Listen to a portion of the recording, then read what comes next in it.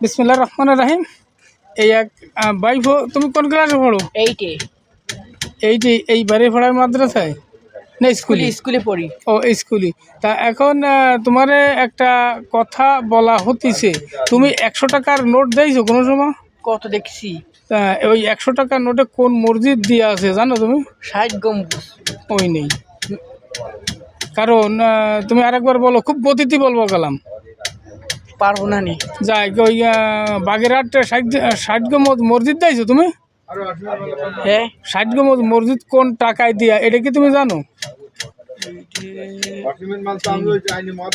যাই তুমি কোন জেলায় বাস করো? বাগেরহাট। বাগেরহাট। এই বাগেরহাট জেলায় কয়টা থানা তাই বলতে পারো? থানা? হ্যাঁ,